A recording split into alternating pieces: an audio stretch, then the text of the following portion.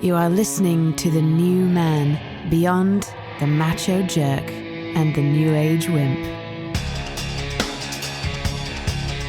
Your host is men's coach Tripp Lanier.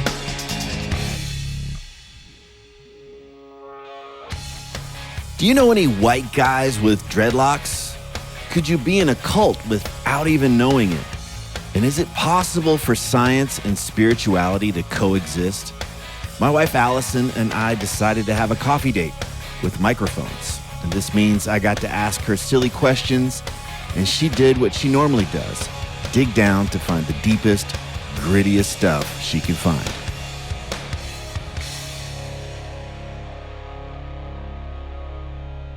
I think it's just a date. It's an opportunity for us to just hang out. And sometimes we are hanging out and we have conversations, and they're way more fun than what we've done in the past, and probably more insightful, and an opportunity for us to not have to be teachers or coaches or guides. And we can just kind of show how damaged and screwed up we are. That'll be really entertaining for some. Anybody that has lots of positive projections on us can get set straight, right? So yeah, I wrote some things down just as places to start a conversation, Okay. but it looks like you have some things to start. I do. I just read my first one. It made me laugh. Well, I was going to talk about white guys with dreadlocks, but it sounds like you've got something else you'd like to. What would I have to say about white guys? I've with always been dreadlocks? curious about your. Yeah, well, we don't have to go there. That's a big conversation. So It's a big conversation. It's really deep. all right, what do you have? I see your list over there, and I see your. You have too. I know yours is better. Yours is better. It's not necessarily better, but the first one made me laugh. It said, "What's it like knowing you're married to a woman who's going to get Alzheimer's?" Going to? Yeah. I've started down the path with my cognitive decline, my memory problems. What is it like? It's stressful. Yeah. It is stressful. I do worry about your brain. Yeah. How do you worry? Is it Oh, you more just kinda rooted in your lay in own, bed just at night. your own, but is it more rooted in your own, like, oh, my life is going to suck? Or is it, you actually worry about me? It's unfortunately, I just worry about me. Yeah. Well, my assumption is that if you have Alzheimer's, you're not really worried about much. So you kind of forget it every few minutes or something. I don't know. I don't really understand Alzheimer's in that way, but You're starting to. I'm starting to. Do you think you're really going to have it? I think I'm a good candidate for it. Yeah, I actually do. Because my grandmother had it, and I just have heard that it's it's hereditary. You can get it. I don't know. I haven't studied it either, so I don't know. I'd have to learn, but I'm pretty sure if you have somebody in your family that had it, you're more likely to have it. Yeah. So. Okay. Well, great. Yeah, so that's kicking off the conversation strong. So why don't you pick one of your questions? I've never asked you what posters you had on your wall growing up. Posters I had on my wall growing up. Did you go through like a boy band phase or anything like that? I didn't ever have a boy band on my wall. I had a BMW M3 on my wall. Did you really? Yeah, I did. How did that get on your wall? No idea. So it wasn't even by choice. Somebody gave you a poster, and you're like, when I was growing up, my parents, I was like the restore of the family. Like if they didn't want something, they'd be like, "Here, isn't it great?" so you had an M3.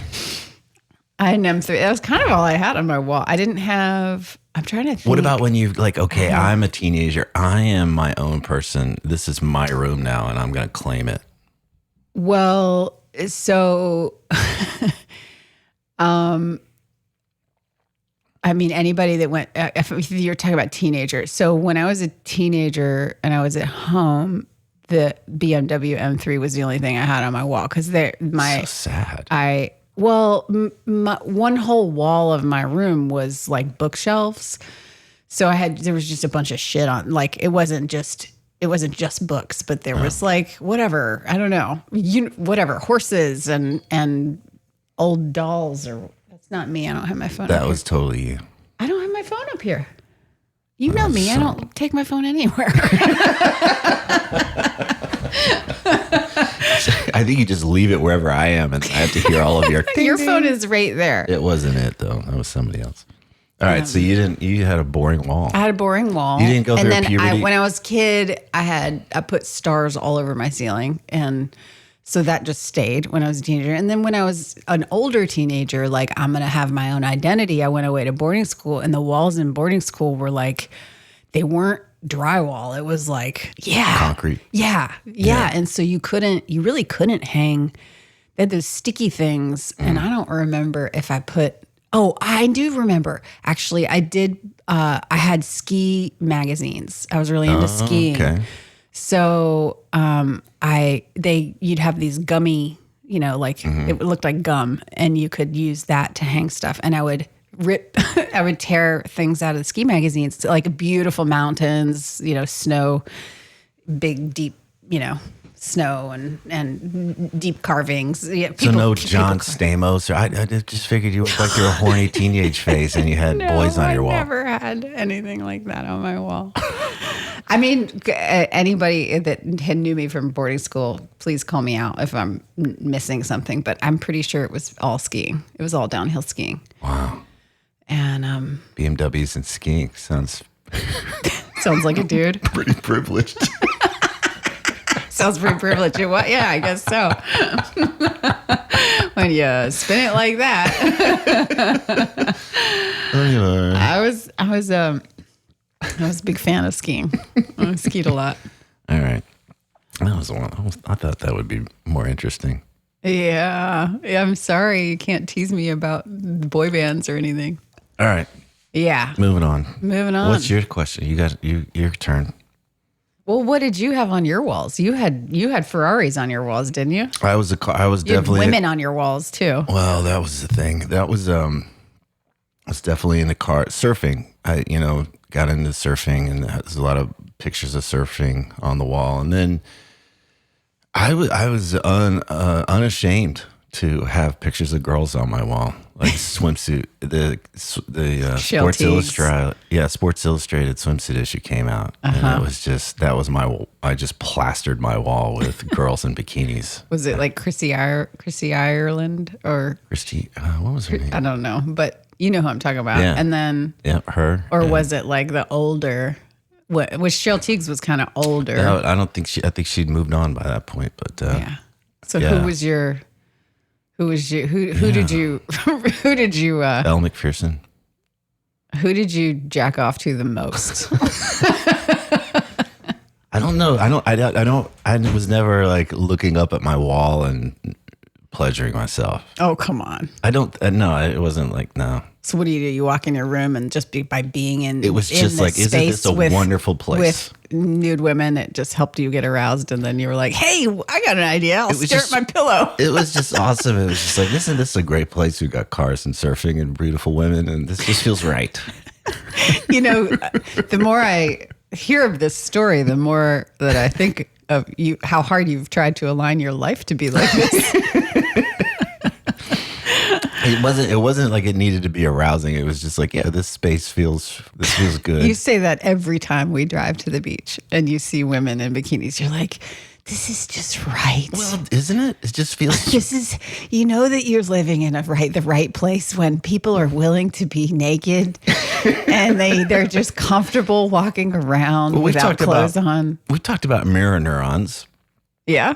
And when we've lived in places like Boulder, and it's like there's this high achiever energy and never enough and never rest and get going. And, more. And even the spiritual side of it was like, suffer more. You must sit and stare at the wall longer. How well can I do it? How much can I And like you're develop? just trying to relax and have a nice afternoon, and you're watching everybody grind away, and it's like, oh, this sucks. And then you move to a place where there's a beach, and you're like, oh yeah, let's just get naked and hang out. It's like, this feels much better.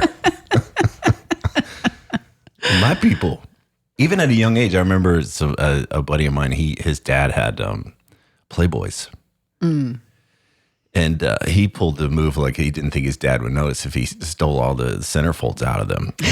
And we had a quote fort out in the woods. What was you said quote fort, so what was it really? It was really just a fallen tree, but somehow it enabled us to have a little kind of thing to lean up against. Yeah. And we had it all lined up with the centerfolds. Oh, wow.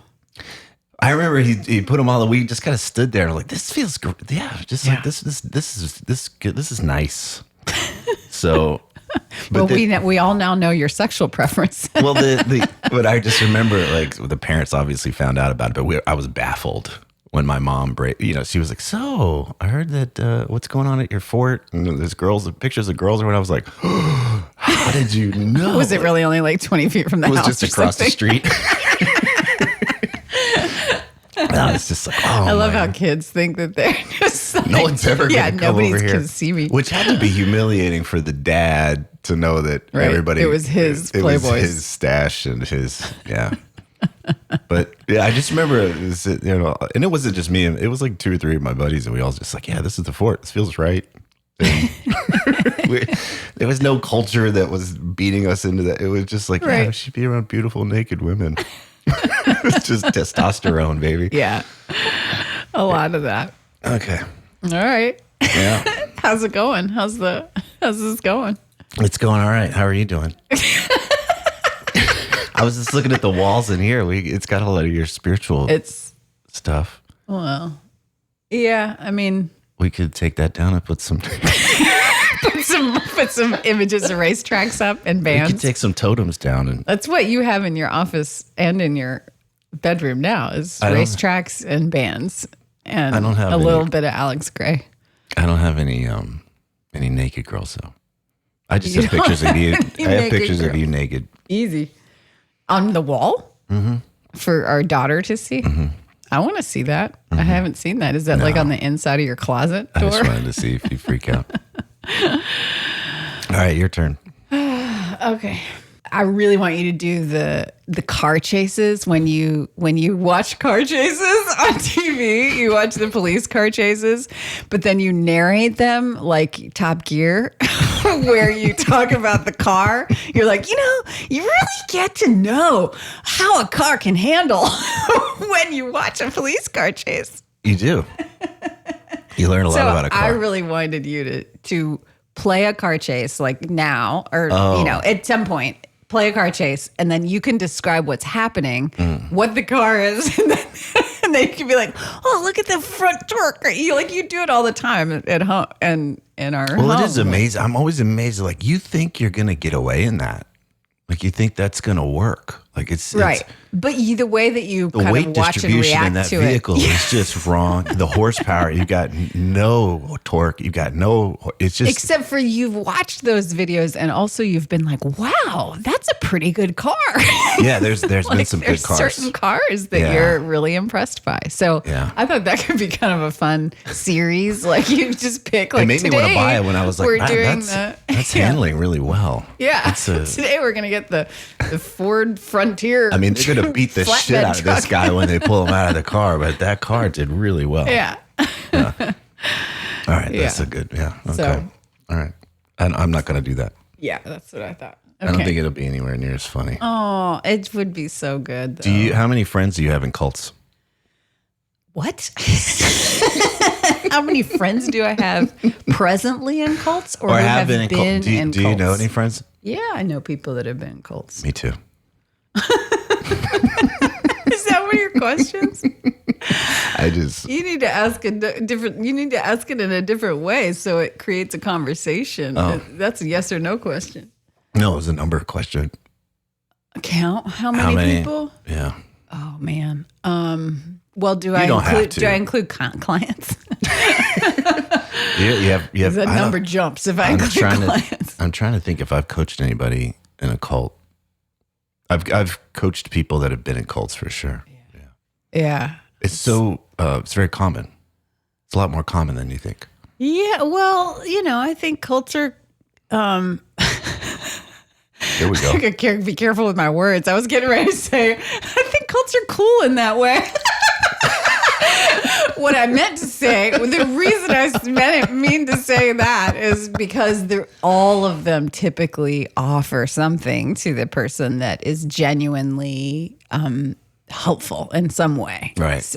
Or at least it starts out that way. That's like really rad self-development or There's lots something of very genuinely cool helpful. belonging or something really genuinely beneficial. And a lot of what that gets offered is also often genuinely good stuff. Like it's genuinely good material in terms of personal development material. So, but then it gets Goes gnarly. off the rails. Yeah, then it gets really, really weird and creepy and ugly. The whole Fight Club thing, the first 2 acts, you're like, yeah.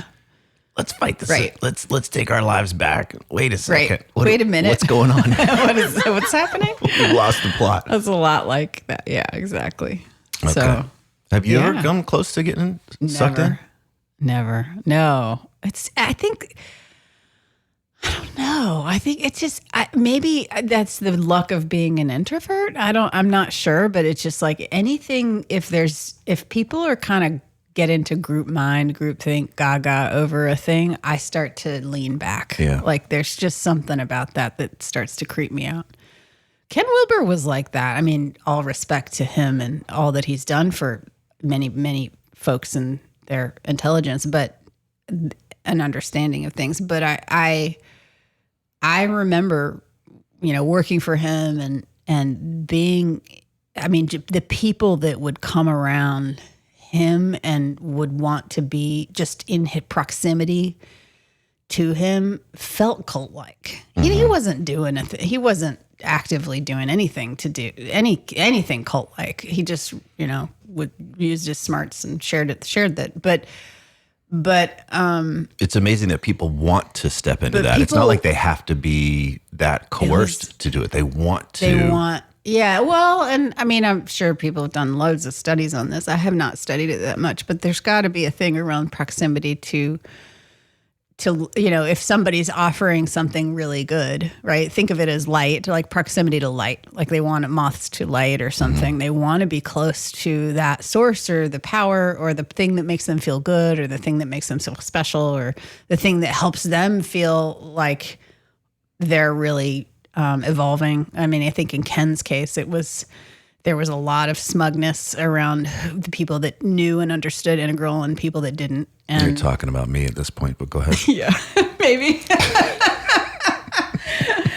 I'm talking about you and a lot of other people. I remember that. Yeah, so- that was part of the hook. Yeah. Like, oh, look how smart we are. Look how smart we are. We hang out with the genius. So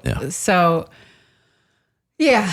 I always get a little wigged out around folks when you talk about groupthink. I'm the same way. That it's when it's difficult to go through a conversation without them saying, teacher X or person X. They keep referring. He says or she says this. Yeah. Over, and it's like, okay, what happened to your thinking? What happened to your autonomy? And it's okay to be referential, but it's another thing. It's just it's like here's the.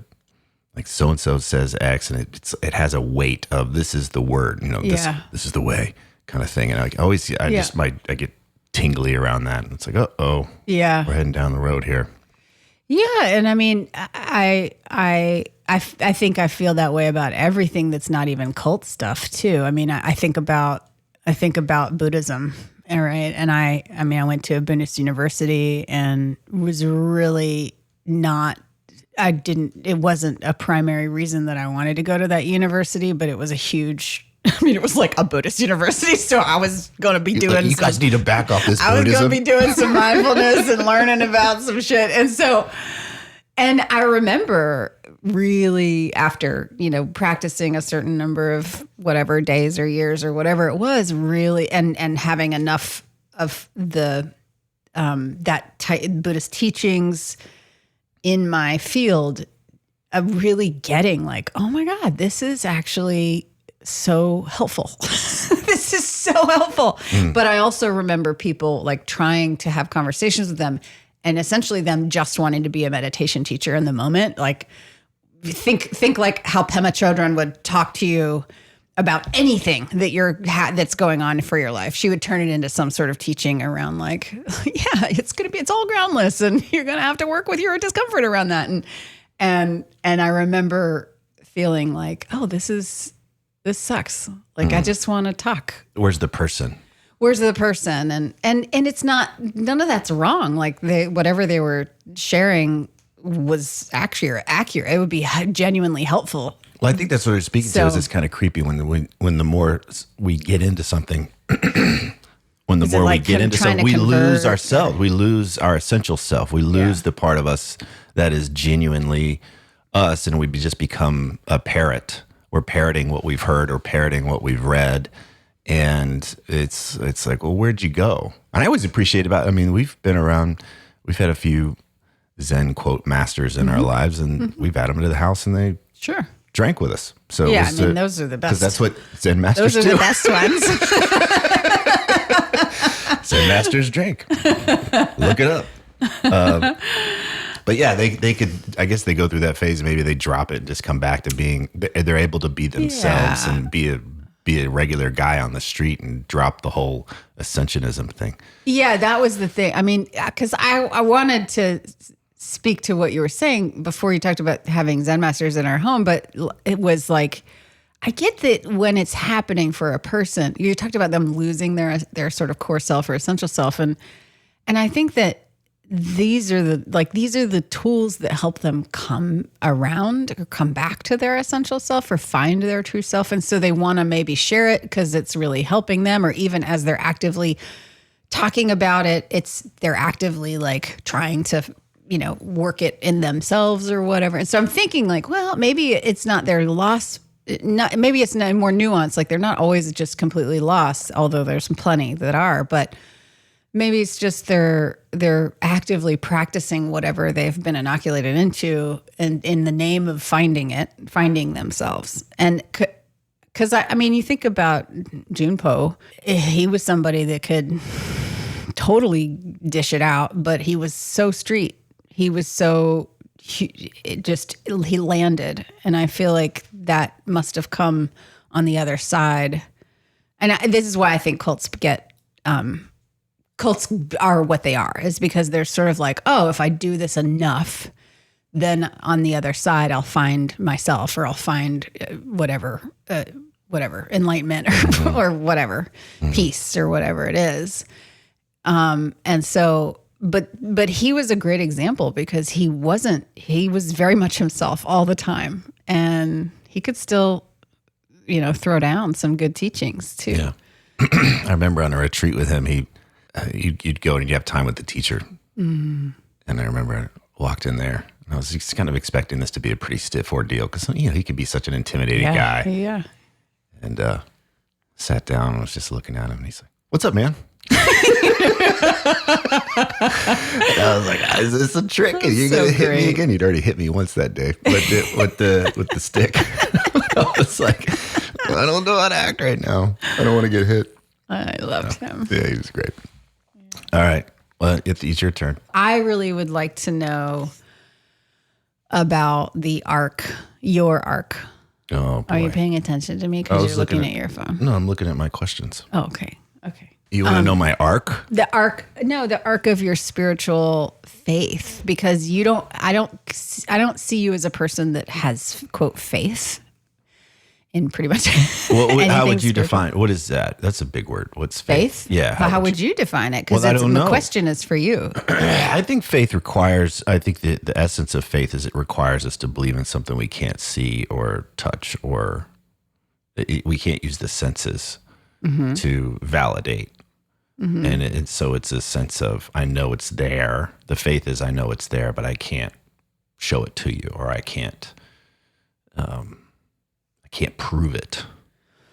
Right. And so how would you define like your spiritual beliefs or like theology? Like how would you because I say belief because there's a camp of folks out there that are like, belief has nothing to do with it.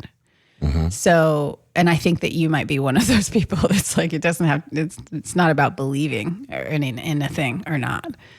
So I think that's changed. Yeah, well, that's what I'm asking. So I'm asking about the arc of where did you start and what happened? Because you have had an arc since just in the 20 years that I've been with you. I mean, so to just like define a couple of anchoring points, like you have been a practitioner of sitting meditation, mindfulness meditation or Vipassana meditation. I don't know what type of, if you want to call it a particular lineage, but you have a sitting practice. Mm-hmm. You meditate every day. You've meditated pretty much every day for the entirety of my knowing you, including the very first weekend I met you. You sat every day. You still do that. So but you don't call yourself a Buddhist. No. And you I've had experiences of you where I don't think that you're like, it occurs to me that you're like sort of toying with, not atheism, but there's sort of this thing around like, what the hell? It's all science. and then there's the one of you that I've always known that I've just also fallen deeply in love with is the one who has a deep devotion to something greater. Call it great mystery, call it whatever, divine energy. I don't know what you would call it because you think a lot of those words are fluff and silly, but I'm just curious. Like you it seems like you have, for a while you had it was like either science or spirit. And now it seems like you've evolved into having a more, like, you're willing to acknowledge that there's more than just living human to human. Yeah. Well, life. I mean,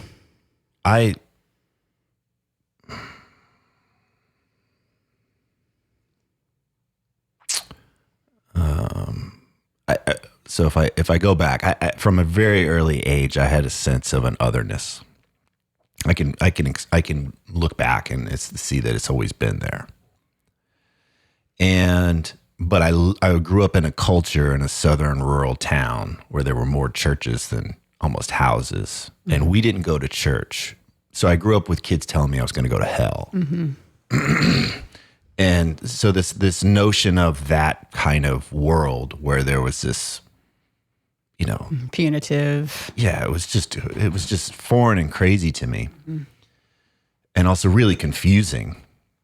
But that was what spirituality was. I didn't know anything else. I didn't know about Buddhism. I didn't know about any other kind of practice. It was just, that was it. If you were spiritual, it meant that you believed in this heaven, hell, and a guy with a white beard up in the cloud that judged you or gave you salvation kind of thing. Mm. So I just was ignorant, and that didn't fit for me. I had trouble with it. My mom took her life, so that meant she was in hell. If you subscribed to that, if I subscribed to that, that was there. And also, I was really scared of an afterlife because I didn't want to see her again. Mm. I was so pissed off at her and so hurt by her. So it was this idea of like, how about we don't believe in this afterlife? Mm. And that worked.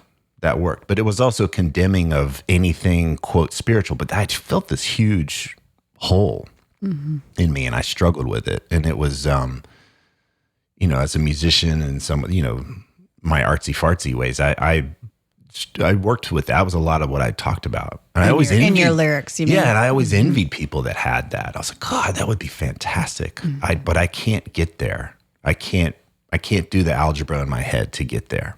And when you said I couldn't do the algebra in your head to get there, was it still rooted in, because you're talking about lyrics. So you're talking about this happened when at an early age, and now you're talking about I'm in my 20s. Your music, you're in your 20s. And so when you say I still couldn't get there, is it still rooted in that early either or kind of propaganda around like, I'm gonna see her again and she'll be in hell or whatever? Well, I let go of that. That part I let go of. And I think it was somewhere like after I dealt with a bunch of that grief and done a bunch of therapy and had like a huge ass kicking, that I got really curious and I started reading things. I started on this path and I allowed myself to be, I don't know if I would call myself a seeker at that point, but I was definitely into metaphysics and, okay, there's a whole other world here. And I've been living in a tiny shoebox and I don't want to live in a shoebox anymore. And we're back to Ken. I think it was Ken's book. He wrote a book called Marriage of Sense and Soul. And I read that. And, essentially what he was pointing out was that a true spiritual tradition is anchored in seeking the truth. Mm-hmm. And science is anchored in seeking the truth. And he healed that in that book. And he was like, there's healthy versions of this, there's unhealthy versions of this on both sides. Mm-hmm. There's ways to do that. And so he was pointing to what does a healthy version of this look like? Well, they're both seeking truth in our interiors, our interior world, and also kind of the stuff that we can measure. I think I finished reading that like 1 a.m. and I couldn't sleep that night. That's amazing because that's a thick book.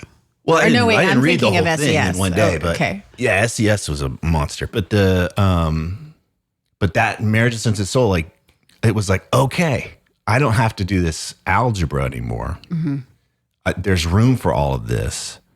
And I think for a long time, if he talks about the three faces of God are like, there's the God in creation, like we see a beautiful sunset or the ocean or nature or the stars in the sky, of course, divine. Mm-hmm. Wow. It's in the its of the world, of course. And then there was room for it in the I, what I might experience sitting on a cushion and going into an altered state and experiencing God in that realm. But I didn't have a thou. There was the who do I pray to or who do I say? And that's largely our culture is we pray to a God and we have a relationship with God. So there was still this hole there. And I couldn't, that one still was even off after limits. Reading that. Absolutely. Yeah, because that was still where all the cultural garbage was. This guy, there was a guy that you're going to and you're going to do it this pray way. to, and he's your kind of he's going to make all your wishes come true if you get it right, and it was kind of a drama triangle thing, which I hated too. It was like somehow you were the bad guy if you did this thing, and or he was going to save you if you did that thing. I was like, this just felt awful to me. I just didn't buy that, and that's me.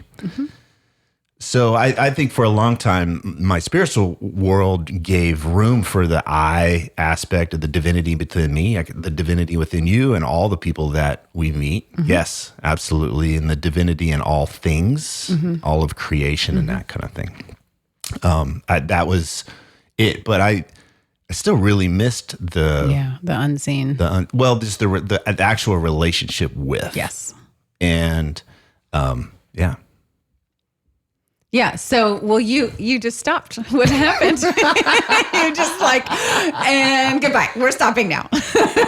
Well, this is the part that is a big. This is relatively new for me. So, the next part. I don't know how much I want to share. Okay. There. I respect that. But the experience you and I had, we had an experience a year ago. Mm-hmm. It was death. Okay. Rebirth.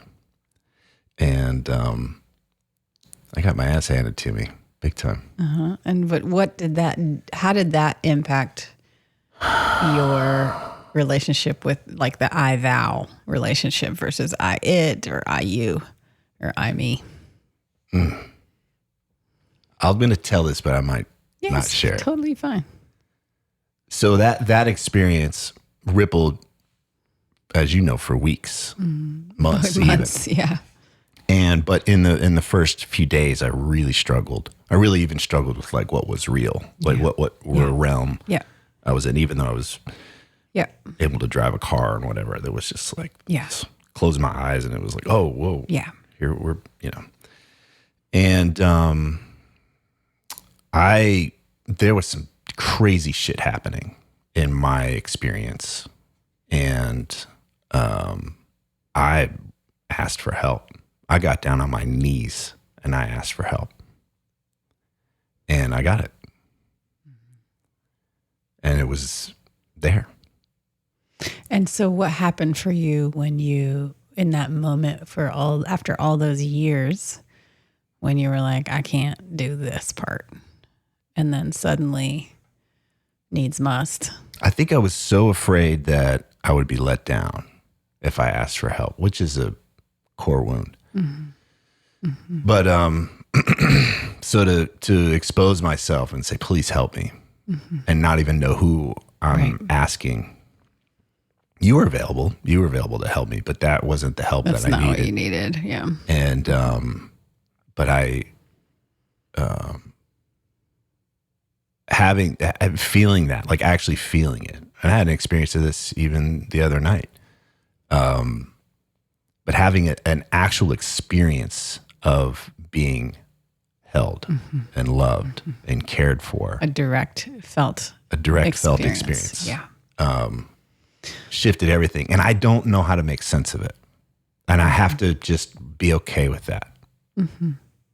Like that's so I'm not an atheist. I don't think I'd ever call myself an atheist, but I can't make sense of the experiences that I've had of being supported there.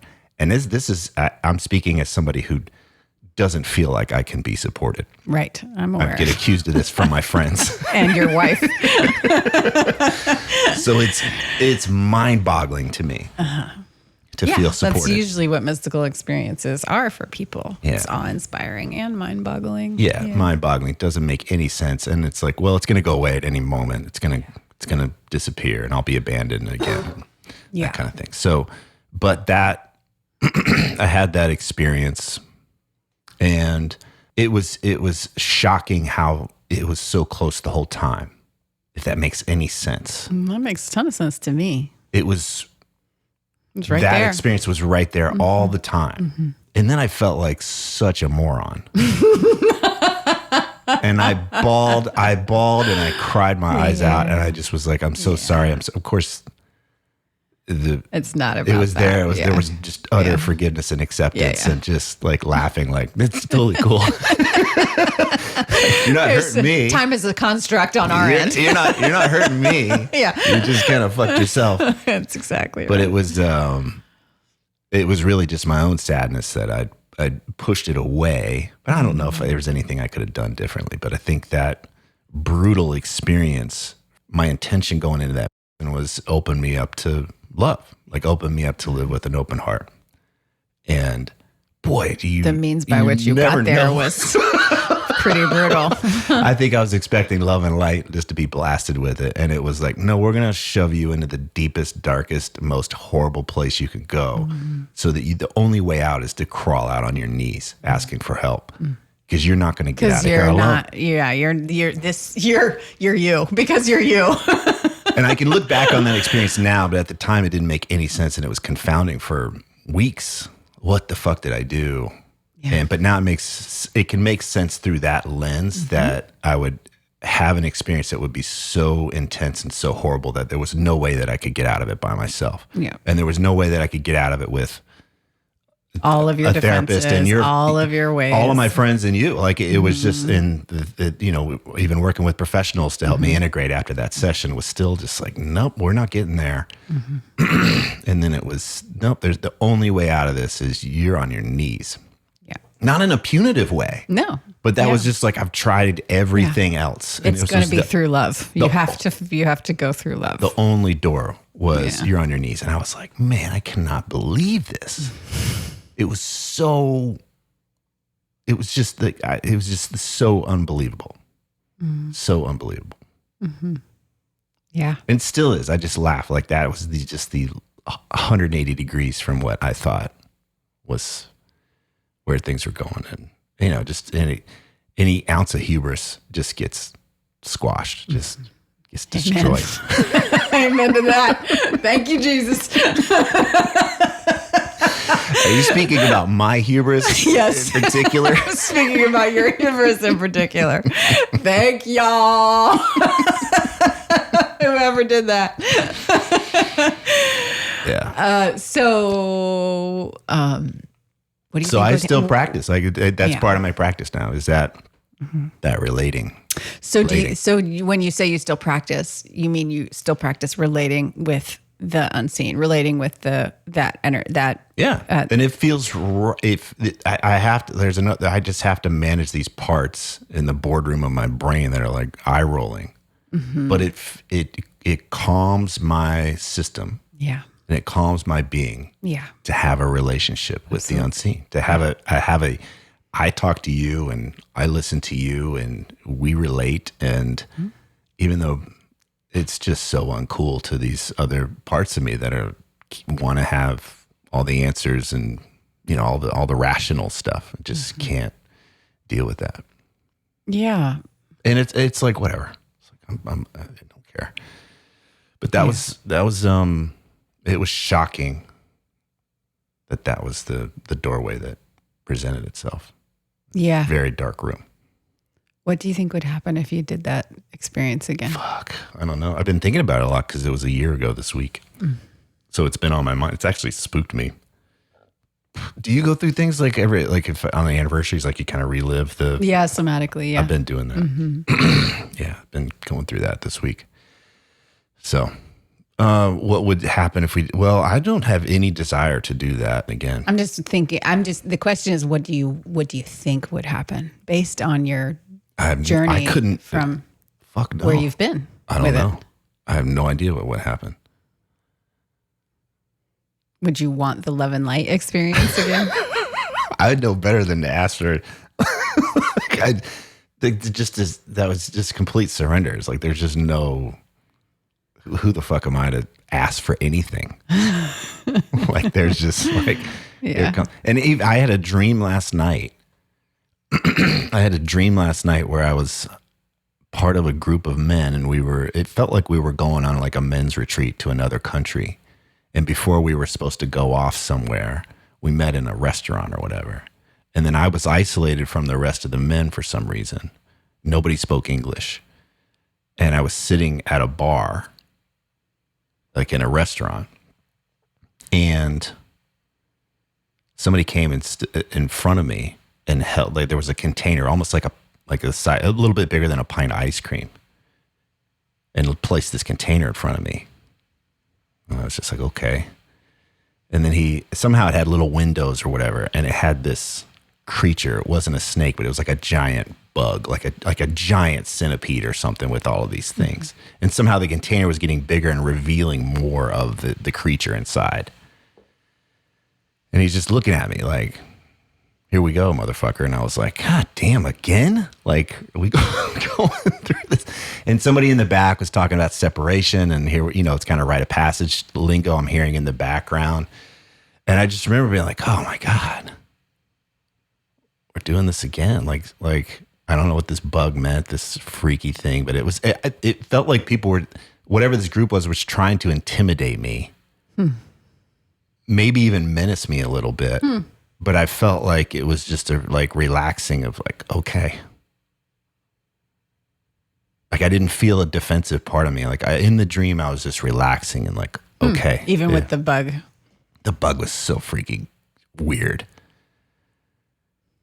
It was giant. Like, it was the size of a snake, but it was a bug with all these crazy things and stuff, and it was gross. And I just was like, in the dream, I was working with my nervous system, be like, okay, this is it.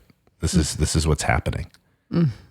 You've been isolated. You've been singled out. You're being kind of menaced, and these guys are intimidating you, and this is part of whatever's happening. How did the dream end? I think the next thing I knew, I had a job somewhere, and Tucker Carlson was wearing a wig. I had his job, and he was starting. I don't know why I had a job, but I had a job, and I had all these model airplanes on my desk, and I was trying to take care of all the model airplanes, and he was over next, like in the next thing over in front of a mirror, and he was putting on a gray wig, and people were tending to him, and I was just like the truth, things around what you need to navigate to get to the truth, and then there's the world. And then there was a legging. I will say this: there was a young woman with beautiful long legs. She was blonde, and she was helping me carry my model airplanes out. I was leaving. And that was the end of the dream. That was last night? That was last night. Wow. How did you feel when you woke up? I just remember. It's confused. It was also, I woke up again, and I was like, is this part of the just like weird shit happening because of the anniversary of that event? Or is this, and another part is like, fuck, is another thing coming at this point? Like, it was just like, I don't know how to make sense of it, or if I should sweat it. But that was this morning. And then going outstairs to get bit by a puppy. Get bit by a puppy.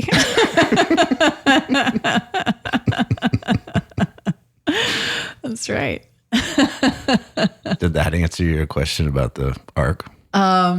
Yeah, it's interesting to hear. I love what you shared. I'm thankful for, and I hope that you don't edit it out because it's actually really, really beautiful and powerful. And the thing that you just named, like with the dream, sounds so like what you were saying. Like, oh, is this just reverberation, somatic, kind of psyche leftovers from a year ago event, or is something coming down the pike, or is this just even how you're orienting to what that was? And I'm not one to say how to orient to what it was in the dream, but that sort of ruthless, it almost sounds ruthless. Like you're on your own, you're isolated, some rite of passage, you're going to get potentially annihilated again.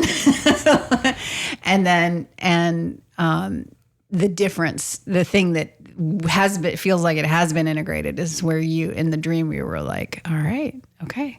And which was a year ago, you were like, no. Well, I was not at peace in the dream. It was more like, damn it. It was like, fuck, I really don't want to go through another, I wasn't like, okay, here we go. But it was like, all right. And are you interpreting that, making meaning in some way? I don't want to. Because before you, yeah, you don't want to. I can look at it and just okay, that happened. If you had to interpret it, though, would you feel like? It sounds like you want to interpret it. Well, I'm curious because I just feel curious. You were like, I don't want to, and so. Well, I just have a lot of respect for. I don't want to fuck around. I don't want to poke the skunk or anything. Okay. I realized my hubris could get me into. I wondered if trouble. that was how you were interpreting it.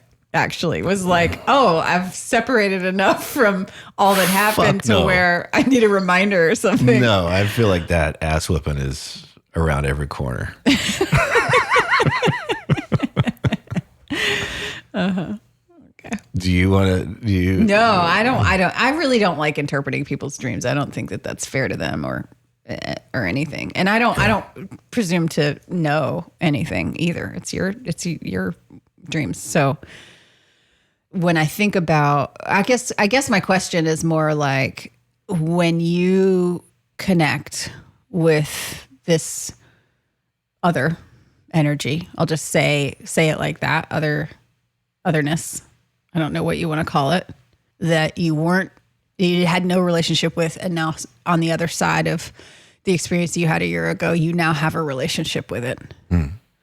Like feeling your connection to that. If their dream meant something, how would you want to turn towards it with that backing or holding or support or whatever you want to say? I feel like I am supported through that, even through annihilation. Like it's not going to save me. The vow is not going to save me. The vow is not going to protect me. I'm not sure. That's the part I don't feel like. Like I can call on this entity and say, protect me, save me from this. It would be more like, I'll be here with you. Through it. As you are annihilated or as you are whatever. Maybe. I don't know. I felt completely alone when I was in that. There wasn't even a me. It was gone. Just all of that gone. So I just, all of this, that's why I'm hesitant to talk about this, because it's so unclear. Yeah. And so unrevealed. And feels like it could be gone. It could be gone. Even though felt it my whole life, it feels like it could just be a snap away and be gone somehow be gone. Like it's just such a new, it's so hard to describe. And that's why I don't really like trying to describe it. Yeah. Well, I mean, you're also in territory that can't be described. So yeah, That's why it just feels ridiculous trying to put words to the experience or even to this. Mm-hmm. I knew you were going to ask me that. You know?